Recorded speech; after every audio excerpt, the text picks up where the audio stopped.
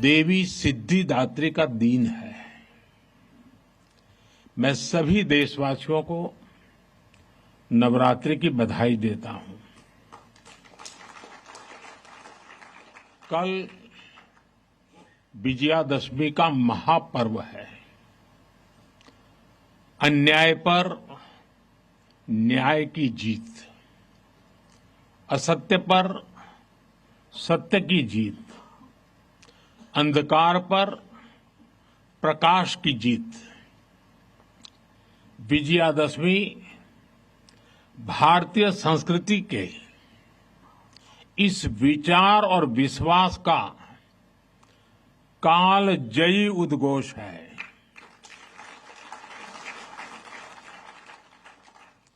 ऐसे महान पर्व पर 100 वर्ष पूर्व राष्ट्रीय स्वयंसेवक संघ की स्थापना ये कोई संयोग नहीं था। ये हजारों वर्षों से चली आ रही उस परंपरा का पुनरुत्थान था, जिसमें राष्ट्र चेतना समय समय पर उस युग की चुनौतियों का सामना करने के लिए नए नए अवतारों में प्रकट होती है। इस युग में संघ उसी अनादि राष्ट्र चेतना का पुण्य अवतार है।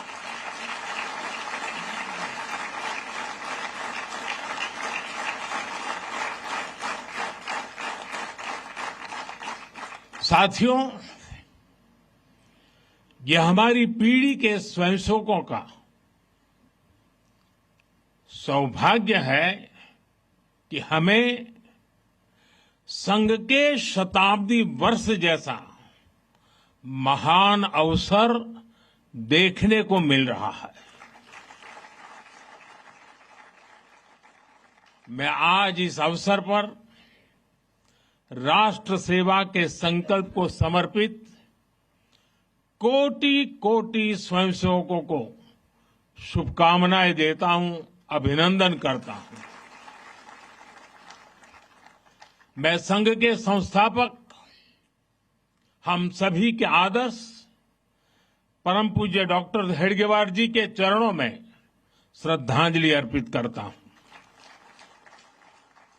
साथियों, संघ की 100 वर्ष की इस गौरवमयी यात्रा की स्मृति में आज भारत सरकार ने विशेष डाक टिकट और स्मृति सिक्के जारी किए हैं। 100 रुपये के सिक्के पर एक और राष्ट्रीय चिन्ह है और दूसरी ओर सिंह के साथ वरद मुद्रा में भारत माता की भव्य छवि और समर्पण भाव से उसे नमन करते स्वयंसेवक दिखाई देते हैं।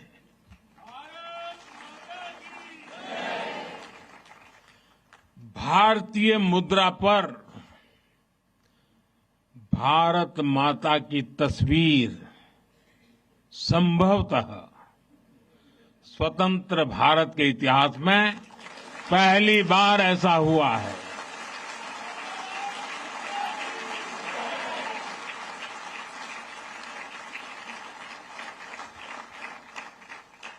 इस सिक्के के ऊपर संघ का बोध वाक्य भी अंकित है। राष्ट्राय स्वाहा इदं राष्ट्राय इदं न मम। साथियों, आज जो विशेष स्मृति डाक टिकट जारी हुआ है उसकी भी अपनी एक महत्ता है। हम सभी जानते हैं 26 जनवरी को गणतंत्र दिवस की परेड की कितनी अहमियत होती है। 1963 में 1963 में आरएसएस के स्वयंसेवक भी 26 जनवरी की उस राष्ट्रीय परेड में शामिल हुए थे और उन्होंने आन बान शान से राष्ट्रभक्ति की धुन पर कदम ताल किया था। इस टिकट में उसी ऐतिहासिक क्षण की स्मृति है। साथियों, संघ के स्वयंसेवक जो अनवरत रूप से देश की सेवा में जुटे हैं, समाज को सशक्त कर रहे हैं, इसकी भी झलक एक स्मारक डाक टिकट में है। मैं इन स्मृति सिक्कों और डाक टिकट के लिए देशवासियों को बहुत बहुत बधाई देता हूं। साथियों, जिस तरह विशाल नदियों के किनारे मानव सभ्यताएं पनपती हैं, उसी तरह संघ के किनारे भी और संघ की धारा में भी सैकड़ों जीवन पुष्पित पल्वित हुए हैं। जैसे एक नदी जिन रास्तों से बहती है, उन क्षेत्रों को, वहां की भूमि को, वहां के गांवों को सुजलाम सुफलाम बनाती हुई अपने जल से समृद्ध करती है, वैसे ही संघ ने इस देश के हर क्षेत्र, समाज के हर आयाम को स्पर्श किया है। यह अविरल तप का फल है, यह राष्ट्र प्रवाह प्रबल है। साथियों, जिस तरह एक नदी कई धाराओं में खुद को प्रकट करती है, हर धारा अलग अलग क्षेत्र को पोषित करती है, संघ की यात्रा भी ऐसी ही है। संघ के अलग अलग संगठन भी जीवन के हर पक्ष से जुड़कर राष्ट्र की सेवा करते हैं। शिक्षा हो, कृषि हो, समाज कल्याण हो, आदिवासी कल्याण हो, महिला सशक्तिकरण हो, कला और विज्ञान का क्षेत्र हो, हमारा श्रमिक भाई बहनों, समाज जीवन के ऐसे कई क्षेत्रों में संघ निरंतर कार्य कर रहा है। और इस यात्रा की भी एक विशेषता रही है। संघ की एक धारा अनेक धारा तो बनी, मल्टीप्लाई तो होती गई, लेकिन उनमें कभी विरोधाभास पैदा नहीं हुआ, डिवीजन नहीं हुआ, क्योंकि हर धारा का, विविध क्षेत्र में काम करने वाले हर संगठन का उद्देश्य एक ही है, भाव एक ही है, राष्ट्र प्रथम, नेशन फर्स्ट। साथियों, अपने गठन के बाद से ही राष्ट्रीय स्वयंसेवक संघ विराट उद्देश्य लेकर चला और ये उद्देश्य रहा राष्ट्र निर्माण। इस उद्देश्य की पूर्ति के लिए संघ ने जो रास्ता चुना वो था व्यक्ति निर्माण से राष्ट्र निर्माण, और इस रास्ते पर सतत चलने के लिए जो कार्यपद्धति चुनी वो थी नित्य नियमित चलने वाली शाखा है। साथियों, परम पूज्य डॉक्टर हेडगेवार जी जानते थे कि हमारा राष्ट्र तभी सशक्त होगा जब हर नागरिक के भीतर राष्ट्र के प्रति दायित्व का बोध जागृत होगा। हमारा राष्ट्र तभी ऊंचा उठेगा जब भारत का हर नागरिक राष्ट्र के लिए जीना सीखेगा। इसलिए वो व्यक्ति निर्माण में निरंतर जुटे रहे और उनका तरीका भी कुछ अलग ही था। परम पूज्य डॉक्टर हेडगेवार जी से हम बार बार सुना है, वो कहते थे जैसा है वैसा लेना है, जैसा चाहिए वैसा बनाना है। लोक संग्रह का डॉक्टर साहब का ये तरीका कुछ कुछ अगर समझना है तो हम कुम्हार को याद करते हैं। जैसे कुम्हार ईंट पकाता है तो जमीन की सामान्य सी मिट्टी से शुरू करता है। कुम्हार मिट्टी को लाता है, उस पर मेहनत करता है, उसे आकार देकर तपता है, खुद भी तपता है, मिट्टी को भी तपाता है, फिर उन ईंटों को इकट्ठा करके उनसे भव्य इमारत बनाता है। ऐसे ही डॉक्टर साहब बिल्कुल सामान्य लोगों को चुनते थे, फिर उनको सिखाते थे, विजन देते थे, उनको गढ़ते थे। इस तरह वो देश के लिए समर्पित स्वयंसेवक तैयार करते थे। इसलिए संघ के बारे में कहा जाता है कि इसमें सामान्य लोग मिलकर असामान्य अभूतपूर्व कार्य करते हैं। साथियों, व्यक्ति निर्माण की ये सुंदर प्रक्रिया हम आज भी संघ की शाखाओं में देखते हैं। संघ शाखा का मैदान एक ऐसी प्रेरणा भूमि है जहां से स्वयं सेवक की अहम से वयम की यात्रा शुरू होती है। संघ की शाखाएं व्यक्ति निर्माण की यज्ञ वेदी है। इन शाखाओं में व्यक्ति का शारीरिक, मानसिक और सामाजिक विकास होता है।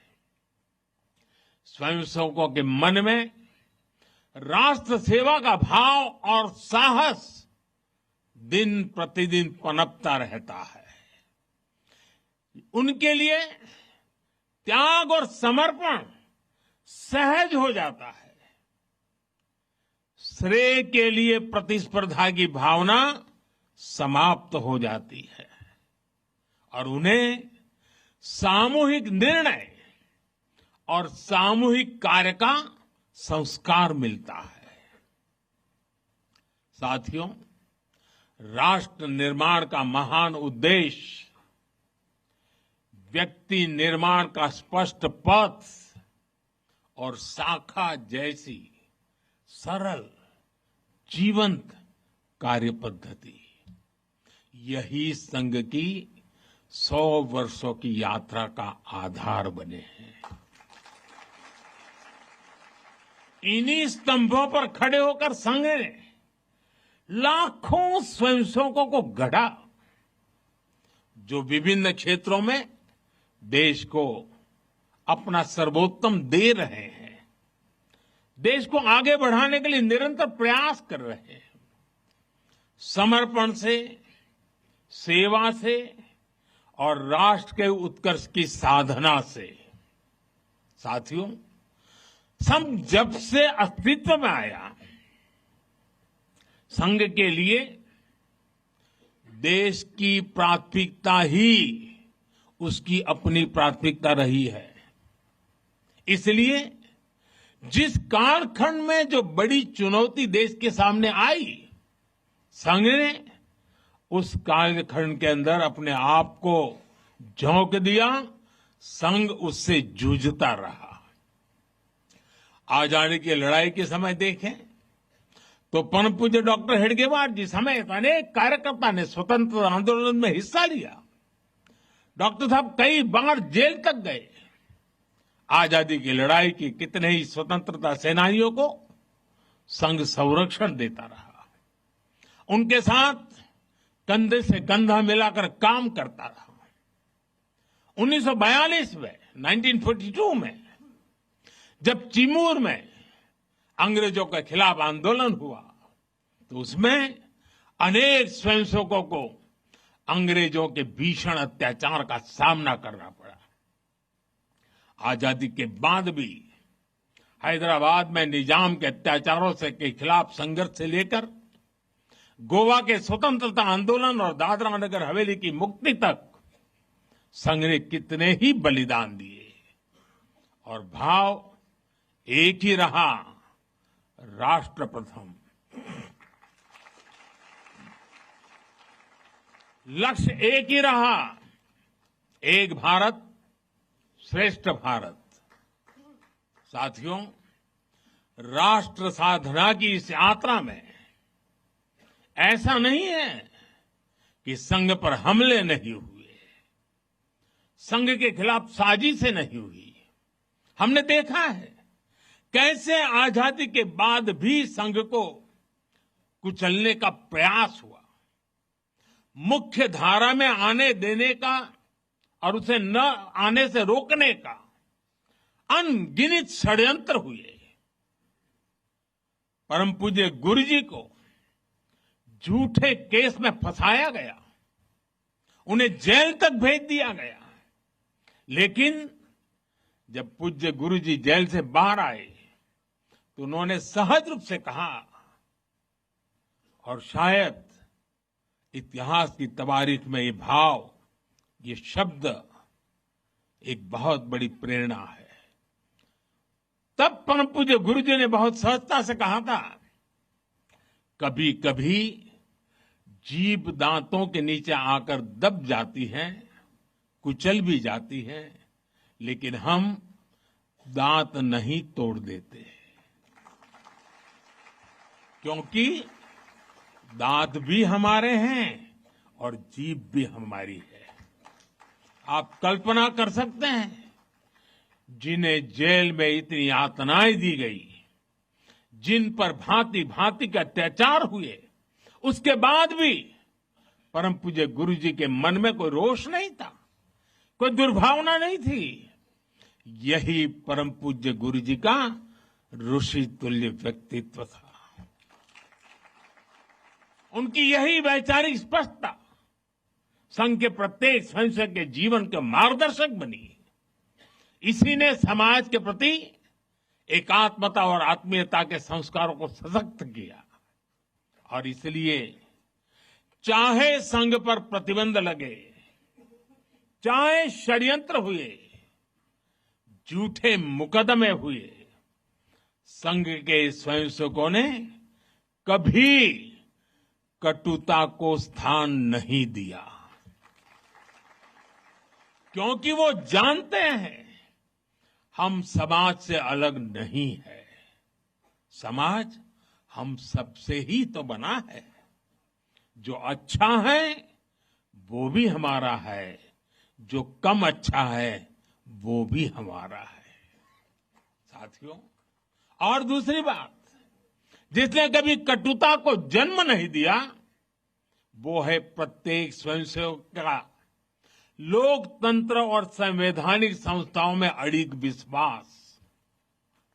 जब देश पर इमरजेंसी थोपी गई तो इसी एक विश्वास ने हर स्वयंसेवक को ताकत दी, उसे संघर्ष करने की क्षमता दी। इन्हीं दो मूल्यों, समाज के साथ एकात्मता और संवैधानिक संस्थाओं के प्रति आस्था ने संघ के स्वयंसेवकों को हर संकट में स्थित प्रज्ञ बना के रखा, समाज के प्रति संवेदनशील बनाए रखा। इसलिए समाज के अनेक थपेड़े झेलते हुए भी संघ आज तक विराट वट वृक्ष की तरह अडिग खड़ा है। देश और समाज की सेवा में निरंतर कार्य कर रहा है। अभी यहां हमारे एक स्वयंसेवक ने इतनी सुंदर प्रस्तुति दी, शून्य से एक शतक बने, शून्य से एक शतक बने, अंक की मन भावना, भारती की जय विजय हो, ले हृदय में प्रेरणा, कर रहे हम साधना, मातृभू आराधना। और उस गीत का संदेश था, हमने देश को ही देव माना है और हमने देह को ही दीप बना करके जलने का सीखा है। वाकई यह अद्भुत था। साथियों, प्रारंभ से संघ राष्ट्रभक्ति और सेवा का पर्याय रहा है। जब विभाजन की पीड़ा ने लाखों परिवारों को बेघर कर दिया, तब स्वयंसेवकों ने शरणार्थियों की सेवा की। संघ के स्वयंसेवक अपने सीमित संसाधनों के साथ सबसे आगे खड़े थे। यह केवल राहत नहीं था, यह राष्ट्र की आत्मा को संबल देने का कार्य था। साथियों, 1956 में 1956 में गुजरात के कच्छ के अंजार में बहुत बड़ा भूकंप आया था। तबाही इतनी बड़ी थी, चारों ओर विनाश का दृश्य था। उस समय भी संघ के स्वयंसेवक राहत और बचाव में जुटे थे।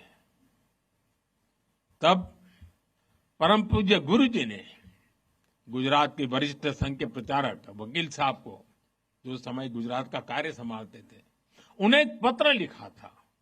उन्होंने लिखा था, किसी दूसरे के दुख को दूर करने के लिए निस्वार्थ भाव से खुद कष्ट उठाना एक श्रेष्ठ हृदय का परिचायक है।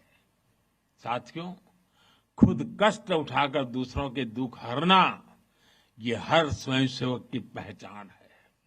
याद करिए 1962 के युद्ध का वो समय, संघ के स्वयंसेवकों ने दिन रात खड़े रहकर सेना की मदद की, उनका हौसला बढ़ाया, सीमा पर बसे गांवों में मदद पहुंचाई।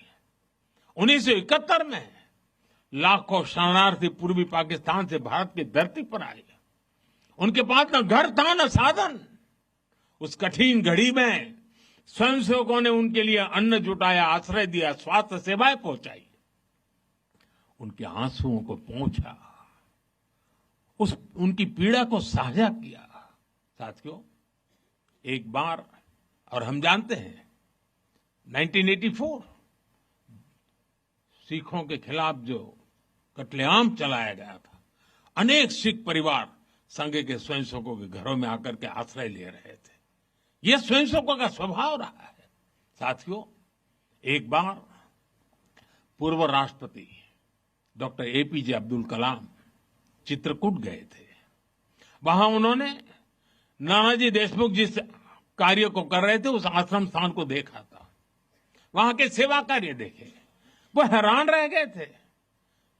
उसी प्रकार से पूर्व राष्ट्रपति प्रणब मुखर्जी भी जब नागपुर गए, तो वो भी संघ के अनुशासन, संघ की सादगी, उसको देखकर बहुत प्रभावित हुए थे। साथियों, आज भी आप देखें, पंजाब की बाढ़, हिमाचल उत्तराखंड की आपदा, केरल के वायनाड की त्रासदी, हर जगह स्वयंसेवक सबसे पहले पहुंचने वालों में से एक रहते हैं।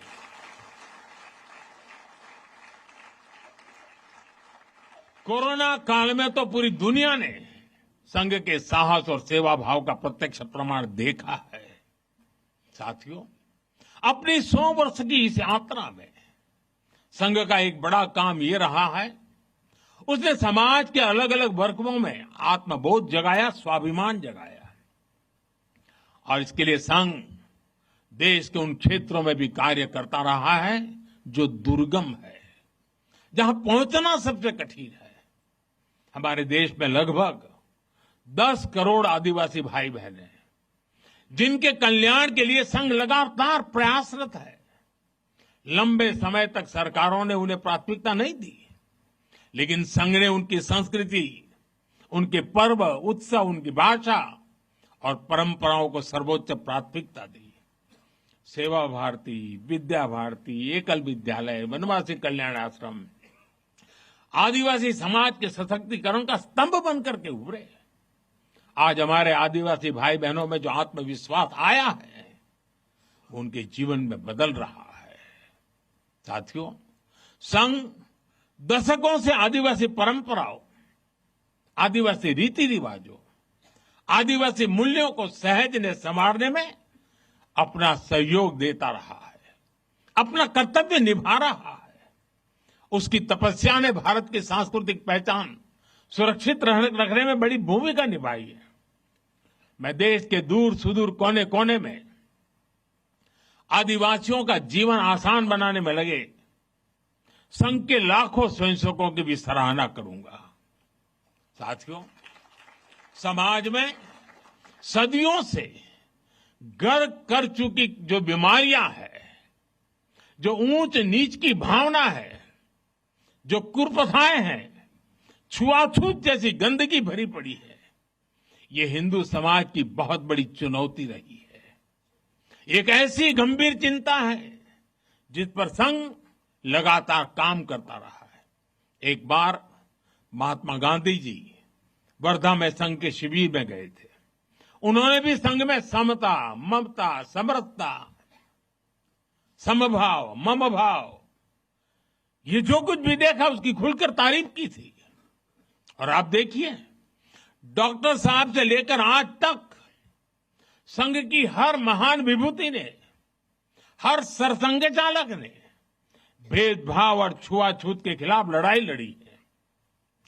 परम पूज्य गुरु जी ने निरंतर न हिंदू पतितो भवेत की भावना को आगे बढ़ाया। यानी हर हिंदू एक ही परिवार है, कोई भी हिंदू कभी पतित या नीचा नहीं हो सकता। पूज्य बाला साहब देवव्रत जी के शब्द भी हम सबको याद है। वो कहते थे, छुआछूत अगर पाप नहीं, छुआछूत अगर पाप नहीं तो दुनिया में कोई पाप नहीं है। सरसंघ चालक रहते हुए पूज्य रज्जू भैया जी और पूज्य सुदर्शन जी ने भी इसी भावना को आगे बढ़ाया। वर्तमान सरसंघ चालक आदरणीय मोहन भागवत जी ने भी समरसता के लिए समाज के सामने स्पष्ट लक्ष्य रखा है और गांव गांव तक इस बात की ज्योत जगाई है। क्या है वो? उन्होंने कहा, एक कुआं, एक मंदिर और एक श्मशान। इसे लेकर संघ देश के कोने कोने में गया है। कोई भेदभाव नहीं, कोई मतभेद नहीं, कोई मनभेद नहीं। यही समरसता का आधार है, यही सर्वसमावेशी समाज का संकल्प है।